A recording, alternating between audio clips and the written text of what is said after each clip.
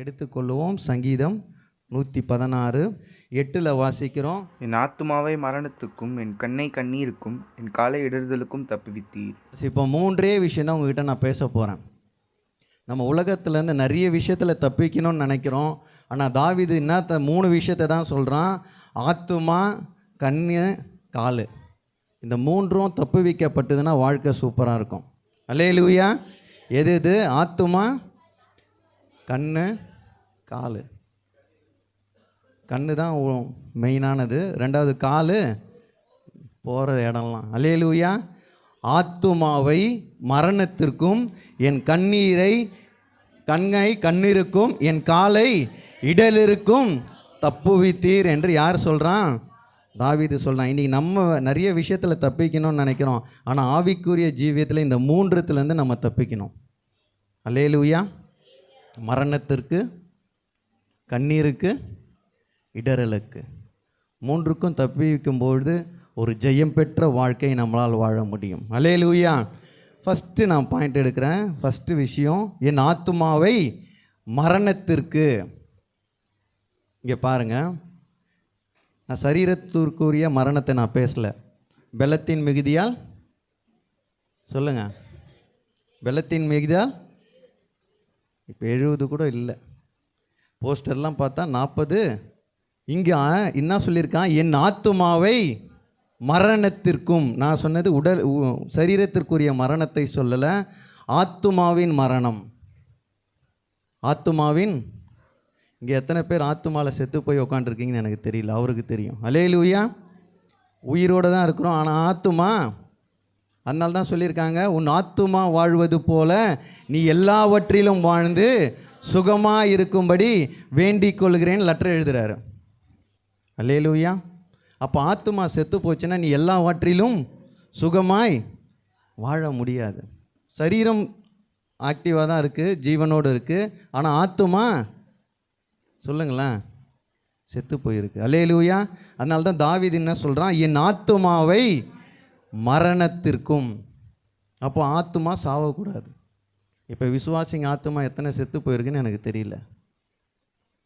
எந்தெந்த ஆத்துமா செத்து போயிருக்கோ இந்த செய்தியை கேட்ட பிறகு உயிர் பெறணும். அல்லேலூயா. உடம்பில் உயிர் இருக்கிறதுனால ஒரு உபயோகமும் இல்லை. அல்லேலூயா. ஆத்துமா ஆக்டிவாக இருக்கணும். பக்கத்தில் தட்டி சொல்லுங்கள், சோல் ஆக்டிவாக இருக்கணும். ஆத்துமா உயிரோடு இருக்கணும். ஆத்துமா வாழ்கிறது போல எல்லாவற்றிலும் வாழ்ந்து சுகமாக இருக்கும். அல்லேலூயா. அதனால் நம்முடைய ஆத்துமா இன்றைக்கி வாழணும். நிறைய விசுவாச குடும்பங்களில் போராட்டங்கள், தோல்விகள், ஏமாற்றங்கள், கண்ணீர், கவலை எல்லாமே உடைக்கிறதுக்கு காரணம் ஆத்துமா எப்படி இருக்குது? மரணத்தில் இருக்குது. அது ஜீவனாய் இல்லை. அல்லேலூயா. ஜீவனை அவர் ரட்சித்து மரணத்திற்கு ஏதுவான இந்த சரீரத்தையும் ஆத்துமாவையும் சொந்த இரத்தத்தினால் மீட்டு கொண்டு மகனாய் மகளாய் நம்மை தெரிந்து கொண்டு முழுக்க ஞானஸ்தானம் எடுத்து நம்ம சபையில் வந்து சேர்க்கப்பட்டுட்டோம். அப்போ ஆத்துமா உயிரோடு இருந்தது. அதுக்கப்புறமா நம்மளே சாகடிச்சிட்டோம். இப்போ ஆத்துமா எப்படி இருக்கு? மரித்து போன நிலைமை. அதனால தான் அவன் என்ன சொல்கிறான்?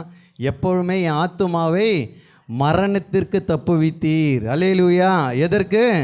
மரணத்திற்கு என் ஆத்துமாவை தப்புவித்தீர். யாக்கோபு 5:19-20 எடுத்து வாசித்து பாருங்கள். யாக்கோபு 5:19-20. சகோதரரே, உங்களில் ஒருவன் சத்தியத்தை விட்டு விலகி மோசம் போகும்போது மற்றொருவன் அவனை திருப்பினால், தப்பிப்போன மார்க்கத்தினின்று பாவியை திருப்புகிறவன் ஒரு ஆத்துமாவை மரணத்தினின்று ரட்சித்து திரளான பாவங்களை மூடுவான் என்று அறிய கடவன். அப்போது இந்த வசனத்துலேருந்து என்ன சொல்ல வராருன்னா, சத்தியத்தை விட்டு விலகினா எது செத்து போயிடும்? சொல்லுங்களேன், பக்கத்தில் தட்டி சொல்லுங்கள். சத்தியத்தை விட்டு விலகிட்டின்னா ஆத்துமா செத்து போயிடும். அட்லீஸ்ட் இன்றைக்காவது இந்த செய்தி மனசில் இருக்கணும். அதுக்கு தான் நான் 4 வாட்டி தட்டி சொல்கிறேன். சத்தியத்தை விட்டு வெளியில் போயிட்டிங்கன்னா என்ன ஆகிடும்? ஆத்துமா செத்து போயிடும். சரீரத்தின் மரணம் உங்களுக்கு எல்லாம் தெரியும். எப்படி மரணம் சரீரத்துக்கு நமக்கு தெரியும். ஆனால் ஆத்துமாவுடைய மரணம் எப்படி போட்டிருக்குன்னா, சகோதரரே, உங்களில் ஒருவன் சத்தியத்திற்கு விலகி மோசம் போகும்பொழுது மற்றொருவன் அவனை திருப்பினால், தப்பிப்போன மார்க்கத்தினின்று பாவத்தை திருப்புகிறவன் ஒரு ஆத்துமாவை மரணத்திலிருந்து ரட்சித்து அல்லேலூயா திரளான பாவங்களை மூடுவான் என்று அறிய கடவன். அப்போ ஆத்துமா எப்போ சாவும்? சத்தியத்தை விட்டு விலகணும். நிறைய பேர் சத்தியத்தை விட்டு விலகிட்டோம். உண்மையா இல்லையா? பந்தியில் அமர போகிறோம், உண்மையை மட்டும்தான் பேசணும். அட்லீஸ்ட் இன்றைக்கி மட்டுமாவது சத்தியத்தை விட்டு விலகி போய்டும். ஏதோ ஒரு வாழ்க்கை, ஏதோ ஒரு வாழ்ந்தோம். ஞானஸ்தானமும் சபையில் அங்கத்தினராக இருந்தால் பரலோகம் போயிடலாம், கல்லறையும் தந்துடுவாங்க, கல்யாணமும் நடத்தி வச்சுருவாங்க. இதுக்கு தான் பாதி கிறிஸ்தவர்கள் நம்ம சபையில், எல்லா சபையிலையும் இன்றைக்கி அந்த ஒரு எண்ணங்கள் தான். ஆனால் கர்த்தர் என்ன சொல்கிறார்? நீ ஜீவனோடு இருக்கும்பொழுது உன் ஆத்துமா மரணத்திலிருந்து அவர் தப்புவிக்க வல்லவர். அல்லேலூயா. அதனால தான் தாவீது அடிக்கடி அவன் எழுதும்போது நிறைய வசனத்தில் சொல்கிறான், என் ஆத்துமாவை மரணத்தினின்று தப்புவித்தீர். நம்முடைய வாழ்க்கையில் யார் யாரெல்லாம் இந்த ஆராதனையில் பங்கு பெறுகிற இந்த வார்த்தையை கேட்குற உங்களுக்கு ஆத்துமாவில் மரணத்தோடு இருந்தீங்கன்னா சத்தியத்திற்கு திருப்பியும் ஓடி வந்துடுங்க. சத்தியத்தை விட்டு யார் யாரெல்லாம் விலகி போனீங்களோ, இதுக்கு ஃபஸ்ட்டு டைட்டில் நான் எப்படி கொடுக்குறேன்னா, சத்தியத்தை விட்டு விலகவே கூடாது. உயிரே போனாலும் சத்தியத்திற்கு நிலை நிற்கணும். அப்போ தான் ஆத்துமா உயிரோடு இருக்கும். அல்லேலூயா. என் ஆத்துமாவை மரணத்துக்கும், அதில் ஃபஸ்ட்டு வசனம் வாசிங்க, சத்தியத்தை விட்டு விலகக்கூடாது. யோவான் 2:21-28. 1 யோவான் 2:21-22. சத்தியத்தை நீங்கள் அறியாததினால் அல்ல, நீங்கள் சத்தியத்தை அறிந்திருக்கிறதினாலும், சத்தியத்தினால் ஒரு பொய்யும் உண்டாயிராது என்பதை நீங்கள் அறிந்திருக்கிறதினாலும் உங்களுக்கு எழுதியிருக்கிறேன். இயேசுவை கிறிஸ்து அல்ல என்று மறுதலிக்கிறவனே அல்லாமல் வேறே யார் பொய்யன்? பிதாவையும் குமாரனையும் மறுதலிக்கிறவனே அந்தி கிறிஸ்து. சத்தியத்தை விட்டு விலகிறது எதுனா, இயேசுவை கிறிஸ்து அல்லன்னு வாயில் எப்பயும் எந்த காரணத்தினாலும் சொல்லிடக்கூடாது. சத்தியத்தை விட்டு விலகிறது. இங்கே பாருங்கள், ஞானஸ்தானம் எடுத்துட்டோம், பந்தியில் பங்கு பெறுகிறோம், நம்மளுக்குன்னு ஒரு உடன்படிக்கை பண்ணியிருப்போம். பொட்டு வைக்க மாட்டேன், பூ வைக்க மாட்டேன், வெள்ளை சாரி தான் கட்டுவேன். ஒன்று உடன்படிக்கை பண்ணாமல் இருந்துடணும். பண்ணிட்டா உடன்படிக்கையில் சொல்லுங்கள், ஃபங்க்ஷனுக்கு போனால் எல்லாத்தையும் மாட்டிப்பேன், ராபோஜன் அப்போ சொல்லுங்கள், ராபோஜன் அப்போ எல்லாத்தையும் எடுத்துருவேன். அப்போ சத்தியத்திற்கு உள்ள, சத்தியத்திற்கு வெளியே. அல்லேலூயா. சத்தியத்தை நீங்கள் அறியாததினால் அல்ல, நீங்கள் சத்தியத்தை அறிந்திருக்கிறதினாலும், சத்தியத்தினால் ஒரு பொய் உண்டாகிறது என்பதை நீங்கள் அறிந்திருக்கிறதுனாலும். எல்லாம் உங்களுக்கு தெரியும். பக்கத்தில் தட்டி சொல்லுங்கள், உனக்கு எல்லாம் தெரியும், ஆனால் கேப்மாரித்தனம் பண்ணுற. அல்லேலூயா. சத்தியத்தை எல்லாம் தெரிஞ்சு நீ என்ன பண்ணுறீங்க? சத்தியத்தை விட்டு எந்த ஸ்தானத்திலும் ஏசப்பாவை விட்டு கொடுக்கவே கூடாது. அல்லேலூயா. எந்த இடத்துலையும் வீணில் வழங்கக்கூடாது. நீ வேலை ஸ்தலத்திலே ஆகட்டும், உங்கள் சொந்தக்காரங்களால் ஆகட்டும், உனக்கு அதனால் காசு வரட்டும் வரல, அப்படி அல்ல. எந்த இடத்துலையும் என் ஏசப்பாவை நான் விட்டு கொடுக்க மாட்டேன். சத்தியத்தை விட்டு வழி விலக மாட்டேன். அல்லேலூயா. அதான் அங்கே சொல்கிறாரு, இயேசு கிறிஸ்துவை அல்ல என்று மறுதலிக்கிறவனால் அல்லாமல் வேறு யார் பொய்யன்? பிதாவையும் குமாரனையும் மலிதலிக்கிறவன் அந்தி கிறிஸ்து. ஒரு இடத்துல சத்தியத்தை சொல்ல போகிறீங்க,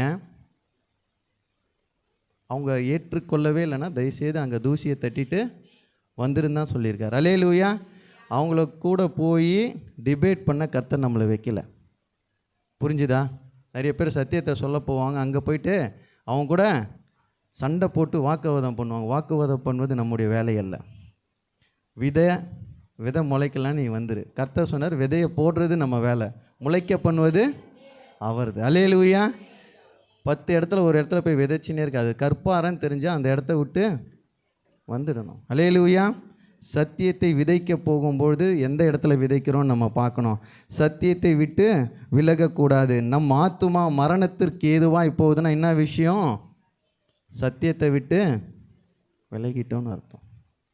இன்றைக்கி நிறைய உடைய வாழ்க்கையில் சத்தியத்தை விட்டு நம்ம வெளியில் வந்துட்டோம். உண்மையாக சொல்லுங்கள், நீங்கள் ஞானஸ்தானம் எடுத்த நாள் யாருக்காவது ஞாபகம் இருக்கா? 1 2 3 4 டக்குன்னு கை தூக்குறாங்க. இப்போ லைனாக கூப்பிட்டு கேட்டால் மாட்டிப்பாங்க. அல்லேலூயா. கர்த்தர் உங்களை ஆசீர்வதிப்பார். அல்லேலூயா. நம்ம ஒரு உடன்படிக்கை அவரோடு பண்ணியிருப்போம், கரெக்டுங்களா? உலகத்திற்காக அந்த உடன்படிக்கையை மாற்றக்கூடாது. பைபிளில் எதுவும் எழுதலை, வெள்ளை சாரி தான் கட்டின்னு உபவாசம் இருந்து தான் எடுக்கணும்னு சொல்லலை, இருந்தால் நல்லது. ஆனால் நம்முடைய உடன்படிக்கை எதற்காகவும் யாருக்காகவும் வாய் வரல பார்த்தீங்களா, மாற்றக்கூடாது. அல்லேலூயா. சத்தியத்தை விட்டு வழி விலகினா ஆத்துமா அங்கே செத்து போயிடும். இப்போது சரீரம் செத்து போகிறதுக்கு நிறைய விஷயம் இருக்குது. 400 சுகர் இருக்கும்போது 2 லட்டு போட்டால் என்ன ஆகும்? உயிர் போகாது, கொஞ்சம் கொஞ்சமாக போகும். அல்லேலூயா. ஆனால் ஆத்துமா செத்து போகுதுன்னா சத்தியத்தை விட்டு வெளியில் நீங்கள் உட்கார்ற இடத்த கூட அவர் பார்ப்பார். சத்தியத்திற்கு விரோதமான இடத்துல நம்ம கால் போய் உட்காரக்கூடாது. 2வது வசனம் 2 தெசலோனிக்கேயர் 2.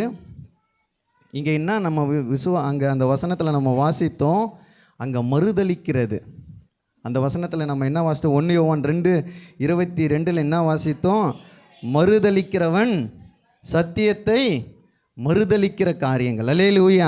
இங்கே 2 தெசலோனிக்கேயர் 2:11-12 எடுத்து வாசிங்க. ஆகையால் சத்தியத்தை விசுவாசியாமல் அநீதியில் பிரியப்படுகிற யாவரும் ஆக்கினைக்குள்ளாகப்படும்படிக்கு அவர்கள் பொய்யை விசுவாசிக்கத்தக்கதாக கொடிய வஞ்சகத்தை தேவன் அவர்களுக்கு அனுப்புவார். அப்போ சத்தியத்தை மறுதலிக்கவும் கூடாது, சத்தியத்தை விசுவாசிக்காமல் இருக்கவும் கூடாது. இது ரெண்டும் இருக்கும் பொழுது ஆத்துமா மரணத்திற்கு நேராய் சென்றுவிடும். அல்லேலூயா. ரோமர் 2:8 வாசிக்கிறோம். இது ரொம்ப எனக்கு சூப்பரான பிடிச்ச வசனம். ரோமர் 2:8. சண்டைக்காரராய் இருந்து சத்தியத்திற்கு கீழ்ப்படியாமல் அநியாயத்திற்கு கீழ்ப்படிந்திருக்கிறவர்களுக்கோ உக்கிர கோபாக்கினை வரும். சண்டைக்காரராய் இருந்து சத்தியத்திற்கு கீழ்ப்படியாமல், இது ஒரு பெரிய வசனம் உள்ளே இருக்குது. சத்தியத்திற்கு கீழ்ப்படியாமல், அப்போது கீழ்ப்படிதலை குறித்தும் ஒரு சத்தியம் இருக்குது. பிள்ளைகளே, உங்கள் பெற்றோருக்கு கர்த்தருக்குள் கீழ்ப்படியுங்கள், இது நியாயம். மனைவிகளுக்கு என்ன போட்டிருக்கு? மனைவிகளே உங்கள் கணவருக்கு கீழ்ப்படியுங்கள். இந்த மாதிரி கீழ்ப்படிங்களை குறித்து நிறைய இருக்குது. இந்த கீழ்ப்படிதலின் சத்தியமே அங்கே இல்லைன்னா உங்கள் ஆத்துமா என்ன ஆகிடும்? மரணத்திற்கு. யார் யாரெல்லாம் சண்டை போடுறீங்களோ உங்கள் ஆத்துமா செத்து போயிடுச்சுன்னு அர்த்தம். பக்கத்தில் தட்டி சொல்லுங்கள், சண்டை போட்டினா உங்கள் ஆத்துமா செத்து போயிடும். அது எங்கே சத்தம் போட்டாலும் சரி. ராயபுரத்தில் நான் சின்ன வயசுலேருந்து பார்ப்பேன், அந்த தண்ணி பிடிக்கிறதுக்கு குடம் வைப்பாங்க. என் குடம் தான் முன்னாடி, இது உன் குடம் முன்னாடி அச்சின்னு முடியெல்லாம் பிச்சுப்பாங்க. அல்லேலூயா. சண்டை எங்கே வேணாலும் போடுவாங்க. அல்லேலூயா. நம்மளும் ராபோஜனம் எடுக்கிறோம், எடுத்துகிட்ட பிறகு சண்டையை சூப்பராக டக்குன்னு எல்லாம் தலையை குஞ்சிட்டிங்க பாருங்கள். அல்லேலூயா. சண்டைக்காரராக இருந்து சத்தியத்திற்கு கீழ்ப்படியாமல் அநியாயத்திற்கு கீழ்ப்படியவர்களுக்கோ உக்கிர கோபம் வரும். சத்தியத்தை விட்டு வழி விலகவே கூடாது, மறுதலிக்கவும் கூடாது, சத்தியத்தை விசுவாசிக்கணும். 3வது என்ன சொல்லியிருக்கேன்? சத்தியத்திற்கு கீழ்ப்படியிலனாலும் உக்கிர கோபம் வரும். இந்த காரியங்கள் நிறைய எடுத்துருக்கிறேன், இதை 3 மட்டும்தான் நான் சொல்கிறேன். இந்த 3மே உங்கள் வாழ்க்கையில் இருக்கும் பொழுது உங்கள் ஆத்துமா மரணத்திற்கு நேராய் சென்றுவிடும். அதனால தான் தாவீது அடிக்கடி சொல்கிறான், என் ஆத்துமாவை மரணத்திற்கு தப்புவித்தீர். உடலில் பலனே இல்லைனாலும் பரவாயில்ல, ஆத்துமாவில் பவர் இருந்தால் எத்தனை பேர் வேணாலும் காலி பண்ணலாம். வேதத்தில் நிறைய ரெஃபரன்ஸ் இருக்குது. அவன் பலவீனமான பாண்டம், ஆனால் ஆத்துமாவில் அவனுக்கு செம்ம பவர். எத்தனை பேரை வந்தாலும் மடங்கடிக்க அவனால் முடியும். அல்லேலூயா. அதனால் ஆத்துமா நமக்கு செழித்துவங்கணும், ஆத்துமா நமக்கு வாழணும். அப்போ 3 விஷயங்களை நான் சொன்னேன். சத்தியத்தை விட்டு வழி விலகக்கூடாது. வழி விலகக்கூடாதுன்னா மறுதலிக்கக்கூடாது, விசுவாசிக்கணும். 3வது சத்தியத்திற்கு கீழ்ப்படியணும். புல்பீட்லேருந்து ஒரு சத்தியம் வருதுன்னா அது கீழ்ப்படியணும். பக்கத்தில் தட்டி சொல்லுங்கள், பாஸ்டருக்கு கீழ்ப்படியாத சத்தியத்துக்கு கீழ்ப்படி. பக்கத்தில் நல்லா 2 சைடும் தட்டி சொல்லுங்கள், பாஸ்டருக்கு கீழ்ப்படியாத சத்தியத்திற்கு கீழ்ப்படி. அல்லேலூயா. யாரு கீழ்ப்படினோம்? இங்கேருந்து வர சத்தம் யாருனால? என்னால் அல்ல, அவரனால் மட்டும்தான். அல்லேலூயா. பாஸ்டருடைய வார்த்தைக்கல்ல, சத்தியத்திற்கு கீழ்ப்படினோம். வெற்றி வேணும் வெற்றி வேணும் வெற்றி வேணும்னு ஓடிக்கினே இருக்கிறோம். ஆனால் எங்கே வெற்றி இருக்குன்னா சத்தியத்தில் தான் இருக்குது. சத்தியத்தை அறிவீர்கள், சத்தியம் உங்களை விடுதலை எங்கே கிடைக்குது? சத்தியத்தில் தான் உண்டு. அல்லேலூயா.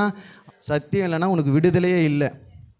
நீ கொடுக்குற காணிக்கையில் விடுதலை வராது, நீ பண்ணுற தான தர்மத்தில் விடுதலை வராது. விடுதலை எதுலேருந்து வரும்? சத்தியத்தை படிக்கணும். இந்த பைபிளை படிக்காதவன் இன்றைக்கி எத்தனை பேர் பைபிள் இல்லாமல் வரீங்களோ உங்களுக்கு வெற்றியே கிடைக்காது. தப்பாக சொல்ல நினைக்காதீங்க. பைபிளை தூக்காத உங்களுக்கு வெற்றி வாழ்க்கையில் இருக்கவே இருக்காது. அல்லேலூயா. பைபிளை தூக்குனீங்கன்னா தான் உங்கள் வாழ்க்கையில் வெற்றி, உங்கள் வாழ்க்கையில் விடுதலை. இந்த வார்த்தை மட்டும்தான் உலகம் முழுவதும் இன்றைக்கும் உண்மை உள்ளதாக இருக்குது. அல்லேலூயா. கோர்ட்லேயும் இதை வச்சு தான் தீர்ப்பை எழுதுகிறான். நீ எந்த சர்ச்சுக்கு போ, யாரு கூட ஒன்றா இரு, சத்தியம் உனக்குள்ளனா விடுதலை இல்லை. அல்லேலூயா. சத்தியம் உனக்குள்ள இல்லைன்னா விடுதலை இல்லை. ஆத்துமா மரணத்துக்கு நேராக போக. ரெண்டாவது வந்துடுங்க. ரெண்டாவது, என் கண்ணை கண்ணீருக்கும். அல்லேலூயா. நிறைய பேர் கண்ணில் தண்ணி தான் பார்க்குறேன். அல்லேலூயா. கண்களில் நமக்கு எப்போவுமே தண்ணீர் இருந்து கொண்டே இருக்குது. ஆனால் தாவீது என்ன சொல்கிறான்? என் கண்ணை கண்ணீருக்கு தப்புவிப்பீர். உண்மையாக சொல்லுங்கள், எத்தனை பேர் நம்முடைய தேசத்திற்காக அழுது ஜெபம் பண்ணுறீங்க? உங்கள் பையன், உங்கள் பொண்ணு, உங்கள் குடும்பத்துக்காக நான் கேட்கல, அழிந்து போகிற மக்களுக்காக நம்ம ஜெபம் எப்படி இருக்கணும்? நம்முடைய கண்களில் கண்ணீரோடு இருக்கணும். எபிரேயர் 10:26-27 வாசிங்க. அதற்கு முன்னாடி ஒரே ஒரு விஷயத்தை நான் சொல்லிடுறேன். கண்ணீருக்கு முன்பாக ஆத்துமாக்கே இன்னொரு விஷயத்தை நான் சொல்லிடுறேன். ஆத்துமா மரணத்திற்கு முன்னாக போகக்கூடாதுன்னா என்ன சொன்னேன்? சத்தியத்திற்கு விட்டு விலகாமல் இருக்கணும். சத்தியத்தை விட்டு விலகாமல் இருக்கணும். ரெண்டாவது விஷயத்தையும் நான் சொல்லிடுறேன் குயிக்கா. எபிரேயர் 10:26-27 எடுங்க. சத்தியத்தை அறியும் அறிவை அடைந்த பின்பு நாம் மனப்பூர்வமாய் பாவம் செய்கிறவர்களாய் இருந்தால் பாவங்களின் நிமித்தம் செலுத்தத்தக்க வேறொரு பலி இனி இராமல் நியாய தீர்ப்பு வரும் என்று பயத்தோடு எதிர்பார்க்குதலும் விரோதிகளை பட்சிக்கும் கோபாக்கினையுமே இருக்கும். ஆத்துமா சாகக்கூடாதுன்னா நான் என்ன சொன்னேன்? சத்தியத்தை விட்டு விலகக்கூடாது, ஆனால் பாவத்தை விட்டு விலகணும். எதை விட்டு விலகணும்? பாவத்தை விட்டு விலகணும். எதெல்லாம் தொட்டுனுக்கிறீங்களோ அதை விட்டுருங்க, உங்கள் ஆத்துமா உயிரோடு இருக்கும். சத்தியத்தை நம்ம அறிஞ்சிட்டோம். அங்கே என்ன போட்டிருக்கு? சத்தியத்தை அறியவே அடைந்த பின்பு நாம் மனப்பூர்வமாக, சிலர்லாம் தெரிஞ்சே பாவம் செய்வோம் அப்படின்னு சில ஜாதிங்கள்லாம் இருக்குது, சில கூட்டங்களுக்கு. நீங்கள் அப்படிப்பட்டவங்க இல்லை. தெரிஞ்சே சண்டை போடுவோம். அல்லேலூயா. தெரிஞ்சே புறங்கூறுவோம். சொல்கிறோமா இல்லையா? தெரிஞ்சே கால் வாருவோம். பாவம் செய்கிற ஆத்துமா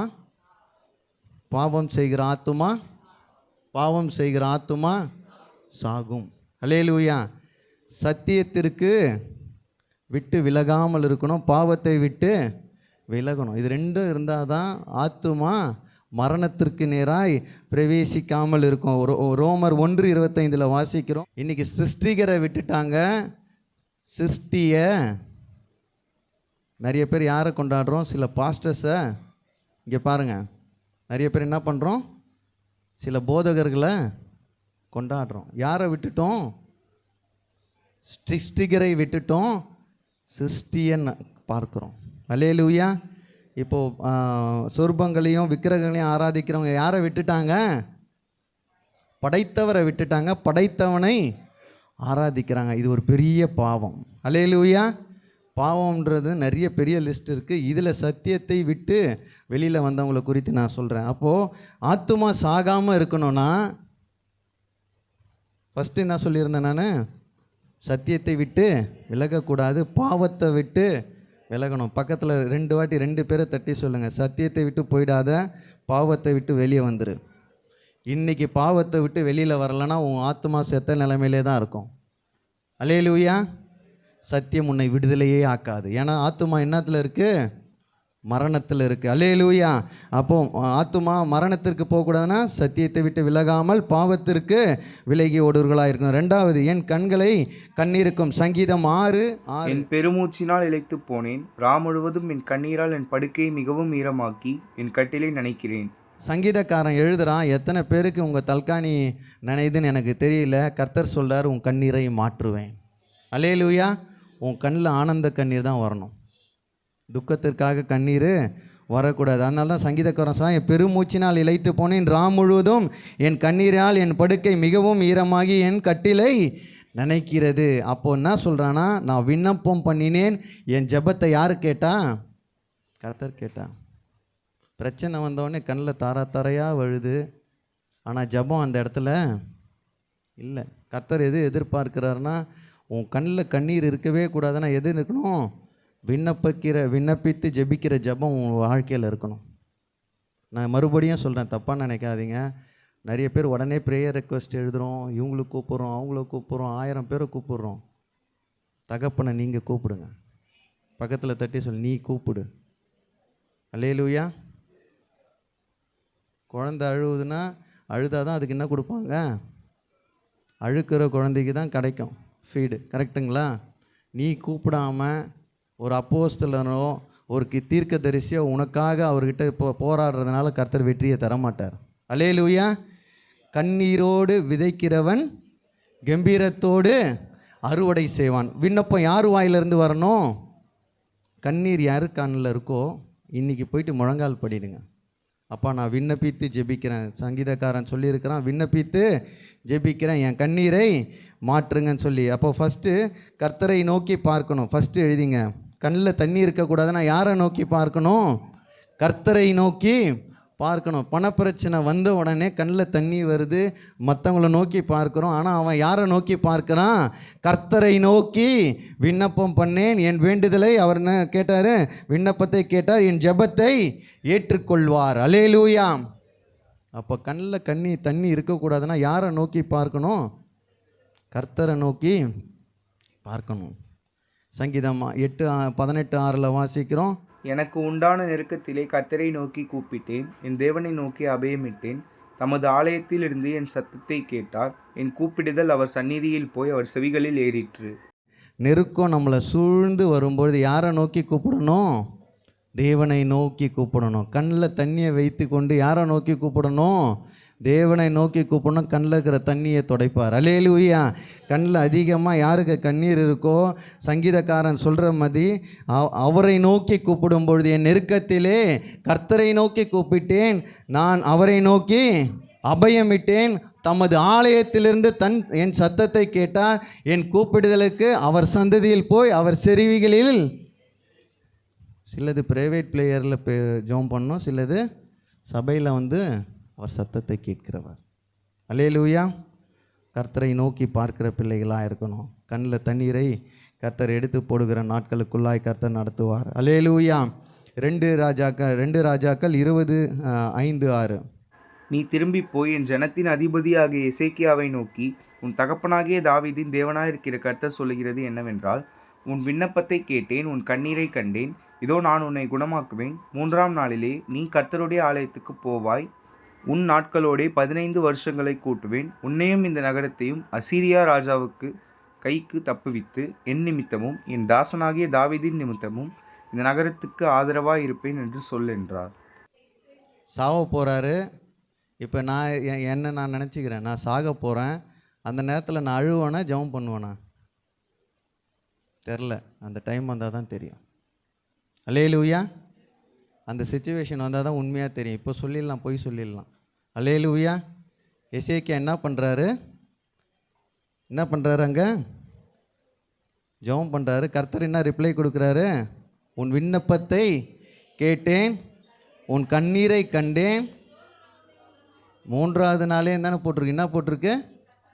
கர்த்தருடைய ஆலயத்தில் 3ஆவது நாளே கர்த்தருடைய ஆலயத்திற்கு. அப்போ அவர் போகாத நிலைமையில் அவர் எல்டப் ஆகிருக்கிறாரு, ஸ்டாக்னட் ஆகிருக்கிறாரு. ஆனால் கர்த்தர் என்ன சொல்றார்? 3ஆவது நாளே உன்னை ஆலயத்துக்கு கொண்டு போவேன். 15 வருஷம். பக்கத்தில் தட்டி சொல்லுங்க, கண்ணில் தண்ணி இருக்கா? அவரை நோக்கி விண்ணப்பம் செய். அவரை நோக்கி விண்ணப்பம் செய். அவரை நோக்கி விண்ணப்பம் செய்யணும். அல்லேலூயா. கண்களில் இருக்க கண்ணீரை மாற்றுகிறவர். அல்லேலூயா. விண்ணப்பம் செய்யும் பொழுது நம்முடைய வேண்டுதல்களை அவர் நிறைவேற்றுகிற தேவன். என் கண்களை கண்ணீருக்கும் அவன் சொல்கிறான். தாவீது சொல்கிறான். தாவீது கூட ஏன் பெருமூச்சு விட்டான அந்த வசனத்துடைய பேக்ரவுண்டு போய் பார்த்தீங்கன்னா அவங்க பையன் தொர்த்தின்னு வரும் அவனை கொலை பண்ணுறதுக்காக. அதனால தான் சொல்லுவான், என் பெருமூச்சினால் நான் இளைத்து போனேன், இரா முழுவதும் என் கண்ணீரினால் என் படுக்கை மிகவும் ஈரமாகி என் கட்டிலை. ஏன்னா சொந்த பையன் என்ன பண்ண வரான்? கொலை பண்ண வரான். இங்கே எசேக்கியாக்கு என்னன்னா உயிர் போக போது கர்த்தர்கிட்ட விண்ணப்பம் பண்ணுறாரு. 3வது நாளே அவர் நடக்க வைக்கிறாரு. அது மட்டும் இல்லாமல் 15 வருடங்கள் கர்த்தருடைய வாழ்க்கையில் கூட்டி தருகிறார். அல்லேலூயா, அல்லேலூயா. அதனால் நம்முடைய ஜபத்தில் கர்த்தர் பெரிய மகிமையை உண்டு பண்ணுவார். ஏசாயா 25:8 வாசிங்க. ஏசாயா, அவர் மரணத்தை ஜெயமாக விழுங்குவார். கர்த்தராகிய தேவன் எல்லா முகங்களிலும் இருந்து கண்ணீரை துடைத்து தமது ஜனத்தின் நிந்தையை பூமியில் இராதபடிக்கு முற்றிலும் நீக்கி விடுவார். கர்த்தரே இதை சொன்னார். நான் விசுவாசிக்கிறேன், என் முகத்தில் இருக்கிற கண்ணீரை அவரே துரைத்து போடுவார். அல்லேலூயா. நீங்கள் விண்ணப்பம் பண்ணும்போது, வேண்டுதல் செய்யும்போது கர்த்தராகிய தேவன் எல்லா முகங்களிலிருந்தும் கண்ணீரை துடைத்து தமது ஜனத்தின் நிந்தையை பூமியில் இராதபடிக்கு நீக்கி போடுவார். கர்த்தரே இதை செய்வார். யார் யார் கண்ணிலெல்லாம் தண்ணி இருக்கோ விண்ணப்பத்தை நீங்கள் அதிகமாக செய்யுங்க. அல்லேலூயா. இன்னும் அதிகமாக ஜெபம் பண்ணுங்கள். வெளிப்படுத்தல் 21:4 வாசிக்கிறோம். அப்பயும் அவர் சொல்கிறார், கண்ணீர் யாவையும் தேவன் துடைப்பார். இனிமேல் அழுகை இல்லை, மரணம் இல்லை, துக்கம் இல்லை, அழுதலும் இல்லை, வருத்தமும் இல்லை, முந்தினவைகள் எல்லாம் ஒழிந்து போயின என்று விளம்பியது. அல்லேலூயா. விண்ணப்பத்தோடு அவர் சமூகத்தில் அமரும் பொழுது கண்ணில் இருக்க கண்ணீரெல்லாம் துடைப்பார். இன்றைக்கி நிறைய பேர் என் கண்ணில் தண்ணி இருந்ததுன்னா உங்களை சொல்ல, வெளியில் சொல்கிறேன், விழுந்து போயிட்டானான்னு தானே பார்ப்பாங்க. அல்லேலூயா. இந்த குடும்பம் விழுந்துருச்சா, ஊழியம் விழுந்துருச்சான்னு. ஆனால் கர்த்தருடைய பார்வையில் மகிமையாய் விண்ணப்பத்தோடு வைக்கும் பொழுது என்னுடைய முகத்தில் உள்ள கண்ணீரை அவர் துடைத்து நம்ம அங்கே என்ன போட்டிருக்கு? தமது ஜனத்தின் நிந்தையை பூமியில் இராதபடி நீக்கி விடுகிற தேவன். அல்லேலூயா. அப்போ 2வது நம்ம என்ன பார்த்தோன்னா, என் கண்ணை கண்ணீருக்கும் நீக்கணும்னா அவரை ஸ்தோத்திரம் விண்ணப்பம் அவருடைய பாதத்தில் அமர்ந்து செய்யணும். சோறு சாப்பிட்லையோ ஜபம் பண்ணணும். அல்லேலூயா. உன் கண்ணில் தண்ணி இருக்கக்கூடாதுன்னா என்ன பண்ணணும்? பாஸ்டம்மா கூப்பிட்டு ஜபம் பண்ணிக்கிது 2வது தான் இருக்கணும். ஃபஸ்ட்டு யார் ஜபம் பண்ணணும்? வயிற்று வலினா ஃபஸ்ட்டு ஜபம் பண்ணிட்டு அப்புறம் மாத்திரை போடு. இப்போ என்ன ஆயிடுச்சுன்னா, ஃபஸ்ட்டு மாத்திரையை போட்டுட்டு அது சுகம் வரலன்னா, ஐயோ அம்மா எனக்கு சுகம் வரலன்னு முழங்கால் போடக்கூடாது. ஃபஸ்ட்டு ஜெபம் பண்ணிவிட்டு 2வது மாத்திரையை போடு, 3வது யாருன்னா கூப்பிட்டு சொல்லு. அல்லேலூயா.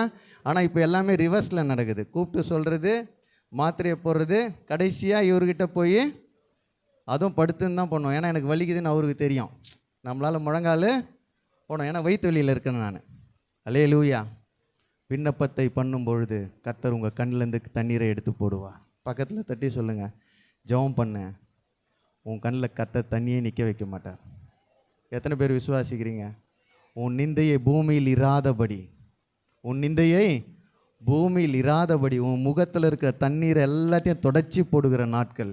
இனிமேல் அழுகை இல்லை, கலக்கம் இல்லை, துன்பம் இல்லை, புலம்பல் இல்லை. அந்த வசனம் சூப்பராக இருக்குது. 21:4 எதுவுமே இல்லை. இனி மரணம் இல்லை, துக்கம் இல்லை, அழுதலும் இல்லை, வருத்தமும் இல்லை, முந்தினவைகள் எல்லாம் ஒழிந்து போயின என்று விளம்பியது. அல்லேலூயா. சங்கீதக்காரன் 3 வார்த்தை நமக்கு அருமையாக சொன்னான். 1, என் ஆத்துமாவை மரணத்திற்கும், 2வது என் கண்களை கண்ணீருக்கும், 3வது நான் சொல்லி டக்குன்னு முடிச்சிடறேன், 3வது கால்களை இடறலுக்கும். 3வது நான் பேச போகிறேன், கால்களை இடறலுக்கும். இப்போ என்ன பாருங்கள், கால் இடறக்கூடாதுன்னா ஃபஸ்ட்டு நம்ம என்ன பண்ணணும் சொல்லுங்களேன்.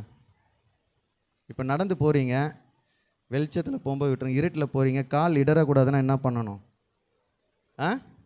பார்த்து, கரெக்டாக யாரோ சொன்னாங்க, பார்த்து. எதை பார்த்து போகணும்? ரோடை பார்த்து போகணும். உலக வாழ்க்கையில் எதை பார்த்து போகிறோம்? ரோடை பார்த்து போகிறோம், கூகுள் மேப்பை பார்த்து போகிறோம், எதையோ பார்த்து போகிறோம். இல்லைன்னா ஒரு வண்டி போகிறத பார்த்து, எனக்கு முதல்லாம் சென்னையில் எல்லா இடமும் தெரியாது, எதனா பஸ்ஸு அப்படியே பின்னாடியே போயிடுவேன். அந்த பஸ் நம்பர் போட்டிருக்கோம், அது பின்னாடியே பைக்கை ஓட்டின்னு. இப்போ தான் கூகுள் மேப்லாம் நிறைய இருக்குது. அப்போல்லாம் என்னென்னா டி நகர் போனால் எனக்கு ரூட்டு தெரியாது, 49A பின்னாடியே போயிடுவேன். அது நின்று போனாலும் எங்கே போய் சேர்ந்துருவேன்? டி நகர் போய் சேர்ந்துருவேன். அல்லேலூயா. என் கால் இடறக்கூடாதுன்னு நான் என்ன செய்வேன்? ஏதாவது ஒன்றத்தை பிடிச்சிப்போம். இன்னைக்கு டார்ச் லைட் அடிச்சுன்னு போகிறோம் எல்லாமே. ஆனால் தாவீது இங்கே சொல்கிறது ஃபிசிக்கலான டிஸ்ட்ராக்ஷனை சொல்ல, ஆவிக்குரிய இடறலை சொல்கிறான். அல்லேலூயா. என் காலை இடறலுக்கு தப்புவித்தீர். அல்லேலூயா. நம்முடைய கால் எங்கேயும் சிக்கவே கூடாதுங்க. உண்மையா இல்லையா? தேவையில்லாமல் என் பேர் எங்கேயும் வரக்கூடாது. காலுன்றது எல்லாமே தான். என் குடும்பம் எதுலேயும் போய் சிக்கிக்கக்கூடாது. அல்லேலூயா. என் காலை இடறலுக்கும். அதனால தான் அந்த வசனத்தை இப்போ வாசிங்க, 25:15 வாசிங்க. என் கண்கள் எப்போதும் கர்த்தரை நோக்கி கொண்டிருக்கின்றன, அவரே என் கால்களை வலைக்கு நீங்களாக்கி விடுவார். உலகத்தில் இருட்டில் வெளிச்சத்தில் எதில் போனாலும் ரோட்டை பார்த்து நடக்கணும். ஆவிக்குரிய ஜீவியத்தில் யாரை நோக்கி பார்க்கணும்? கர்த்தரை நோக்கி பார்க்கும்பொழுது என் கால்கள் வலையில் சிக்கி கொள்ளாமல் படி அவர் பாதுகாக்கிறவர். அப்போ என்னன்னா, கால் இடறக்கூடாதுன்னா ஃபஸ்ட்டு யாரை பார்க்கணும்? கர்த்தரை பார்க்கணும். கர்த்தரை பார்த்து உங்கள் வாழ்க்கை நடக்கும்பொழுது எதுலேயும் உங்கள் எந்த காசிப்லேயும் நீங்கள் மாட்ட மாட்டீங்க. அல்லேலூயா. எந்த விஷயத்துலையும் உங்கள் கால் சிக்கவே சிக்காது. அல்லேலூயா. எத்தனை பாதங்கள் பாதைகளில் கரடு முரடு இருந்தாலும் பாதை எல்லாம் நெய்யாய் பொழிகிற தேவன். சோத்திரம். கர்த்தரை நோக்கி பார்க்கணும். பக்கத்தில் நட்டி சொல்லுங்கள், கர்த்தரை நோக்கி. எந்த பாதையில் போகணும்னு கேட்கணுன்னா யாரை நோக்கி கேட்கணும்? கர்த்தரை நோக்கி கேட்கணும். இந்த விஷயம் கர்த்தரால் வந்தது எழுதுறதுக்கு முன்னாடி கர்த்தரை நோக்கி பேசணும். அப்பா, இது உம்மை நோக்கி நான் வந்திருக்கிறேன். என் பாதையில் எந்த பிரச்சனை இருந்தாலும் என் காலை இடறலுக்கு விலக்கி காப்பாற்றுங்கன்னு சொல்லி நம்ம கேட்கணும். சங்கீதம் 18:6 வாசிக்கிறேன், நான் முடிச்சிடுறேன். சங்கீதம் 18:6. எனக்கு உண்டான நெருக்கத்திலே கர்த்தரை நோக்கி கூப்பிட்டேன், என் தேவனை நோக்கி அபயமிட்டேன். தமது ஆலயத்திலிருந்து என் சத்தத்தை கேட்டார். என் கூப்பிடுதல் அவர் சந்நிதியில் போய் அவர் செவிகளில் ஏறிற்று. அவரை நோக்கி கூப்பிடும் பொழுது காலை இடறலுக்கு தப்புவிக்கிற தேவன். அல்லேலூயா. காலை இடறலுக்கு தப்புவிக்கிற தேவன். இன்னைக்கு பாதையில் நிறைய பிரச்சனை, எங்கே போனாலும் மாட்டிக்கிறோம் இல்லையா? எந்த விஷயத்தை செய்தாலும் மாட்டிக்கிறோம். ஏன்னா யாரை நோக்கி கூப்பிடலை? அவரை நோக்கி கூப்பிடணும். அவரை நோக்கி கூப்பிடும்போது நம்ம கால் எந்த இடத்துலையும் சிக்காமல் நடக்க செய்வார். ரெண்டாவது விஷயம், கால் இடறலுக்கு போகக்கூடாதுன்னா ரெண்டாவது விஷயம் 119, 101. 119, 101 சங்கீதம் வாசிங்க. உம்முடைய வசனத்தை நான் காத்து நடக்கும்படிக்கு சகல பொல்லாத வழிகளுக்கும் என் கால்களை விலக்குகிறேன். ரெண்டாவது கர்த்தரை நோக்கி பார்க்கணும். ரெண்டாவது வசனத்தை காத்து கொள்ளணும். எதை காத்து கொள்ளணும்? வசனத்தை காத்துக்கொள்ளணும். உம்முடைய வசனத்தை நான் காத்து நடக்கும்படிக்கு சகல பொல்லாத வழிகளுக்கும் என் கால்களை விலக்குகிறேன். அல்லேலூயா. வசனத்தை காத்து கொள்ளும் பொழுது கால் எந்த இடத்துலையும் மாட்டாதுங்க. அல்லேலூயா. அதனால தான் 119, 105 சொல்கிறாரு, கால்களுக்கு தீபமும் எதுங்க? கர்த்தருடைய வசனம். கால்களுக்கு தீபம், பாதைக்கு வெளிச்சம். அப்போ நான் என்ன விசுவாசிக்கிறேன்? வசனம் உங்களுக்குள்ளே இருக்கும் பொழுது உங்கள் பாதை எல்லாம் கிளியராக இருக்கும், இருட்டாகவே இருக்காது. அல்லேலூயா. இன்னைக்கு எங்கே போகிறதுன்னு எல்லாருக்கும் குழப்பம். இதை செய்யலாமான்னு ஒரு குழப்பம், அதை பண்ணலாமான்னு ஒரு குழப்பம். பாதையில் அவ்வளோ பிரச்சனைகள் இருக்குது. ஆனால் கர்த்தர் சொல்கிறாரு, என்னை நோக்கி கூப்பிடு. ரெண்டாவது, வசனத்தை காத்துக்கொள், உன் காலை இடறலுக்கு நான் தப்புவிக்க வல்லமை உள்ளவர். அல்லேலூயா. 3 விஷயங்களை தாவீது மூலமாக நம்ம கற்றுக்கொண்டோம். 3 டக்குன்னு சொல்லுங்கள். என் ஆத்துமாவை மரணத்திற்கும், என் கண்ணை கண்ணீருக்கும், என் கால்களை இடறலுக்கும் தப்புவித்தீர். அல்லேலூயா. ஆத்துமா மரணத்திற்கூடாய் நடக்கக்கூடாதுன்னா சத்தியத்தை விட்டு விலகக்கூடாது. ரெண்டாவது, பாவத்தை விட்டு விலகி ஓடணும். அல்லேலூயா. கண்ணில் கண்ணீரே தங்கக்கூடாதுன்னா விண்ணப்பம் பண்ணி அவருடைய பாதத்தில் அமர்ந்து ஜெபிக்கும் பொழுது கண்களில் கண்ணீரை எடுத்து போடுகிற தேவன். மூன்றாவது, காலை இடறலுக்கு விலக்கி காக்கணும்னா கர்த்தரை நோக்கி பார்க்கிற ஒரு ஜனமாய், கர்த்தரை நோக்கி கூப்பிடுகிற ஒரு ஸ்தோத்திரம் கூட்டமாக இருக்கும் பொழுது காலை இடறலுக்கு தப்புவிப்பார். வசனத்தை காத்து கொள்ளணும். அல்லேலூயா. இன்றைக்கி நிறைய இடத்துல நம்மளுக்கு டைரெக்ஷன் தெரியாமல் நிறைய இடத்துல நம்ம சிக்கி தவிக்கிறோம். மொபைலில் இன்டர்நெட்டு போட்டுட்டு நான் ஒரு இடத்துக்கு போயிட்டேன். எனக்கு தெரில 4G முடிஞ்சிச்சின்னு. அந்த இடத்துக்கு போயிட்டு என்னால் ரீச் பண்ண முடியல. அது சுற்றி சுற்றி அங்கேயே காட்டுது. ஏன்னா என்ன ஆயிடுச்சு, கூகுள் மேப்பு இன்டர்நெட் இல்லை. அதுக்கப்புறம் அதால் சரியான திசையை காட்ட முடியல. அல்லேலூயா. அதை நம்பி போய் ஒரு சந்தில் போய் நிற்கிற சூழ்நிலை. யாருன்னா அதை ஃபேஸ் பண்ணியிருக்கீங்களான்னு தெரியல. இங்கேருந்து கிளம்பும்போது கூகுள் மேப் போட்டுருவோம். இன்டர்நெட் பாதி வழியில் போயிடுச்சுன்னா சுற்றிக்கினே இருப்போம். கால் எங்கே போகுதுன்னே நமக்கு தெரியாது. அல்லேலூயா. கர்த்தரை நோக்கி பார்க்கும் பொழுது, அவர் வசனத்தை நீங்கள் கேட்கும் பொழுது கர்த்தர் பெரிய காரியங்களை செய்வார். அல்லேலூயா.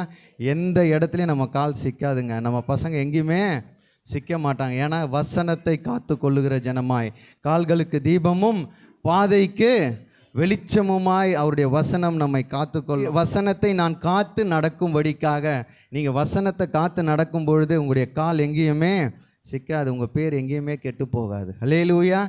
கால் சிக்குதுன்னா என்னது, ஆவிக்குரிய ஜீவத்தில் சாத்தான் உங்ககிட்ட எந்த போராட்டத்தையும் போராடவே முடியாது. கர்த்தர் பெரிய காரியங்களை செய்வார். 3 விஷயங்கள். என்னுடைய சோத்திரம், என் ஆத்துமாவை மரணத்திற்கும், என் கண்ணை கண்ணீருக்கும், என் காலை இடறலுக்கும் தப்புவித்தீர். நான் விசுவாசிக்கிறேன், நம்ம எல்லா விஷயத்துலையும் எஸ்கேப் ஆகிடுவோம். அல்லேலூயா. எல்லா விஷயத்துலையும் எஸ்கேப் ஆகிடும். இன்றைக்கி சத்தியத்தை வழி விலகிறதுக்கு இன்றைக்கி நிறைய விஷயங்கள் இருக்குது. ஆனால் கர்த்தர் எல்லா விஷயத்துலையும் நம்மை பாதுகாப்பார். அல்லேலூயா. கண்களில் இன்றைக்கி எல்லா விசுவாசி கண்களில் தண்ணீர் இருக்குது. கர்த்தர் அந்த கண்ணீரை எல்லாவற்றையும் துடைத்து போடுகிற நாட்கள். 3வது, கால்கள் இடறுகிற நேரத்தில் அவருடைய வசனம் நம்மை தாங்கி வழிநடத்தி நம்மை ஆதரித்து உயர்ந்த இடத்துல ஏறி இருக்க பண்ணுவார். அல்லேலூயா. இந்த 3 காரியங்கள் நம்முடைய வாழ்க்கையில் ஒரு பெரிய மாற்றத்தை கொண்டு வரும்.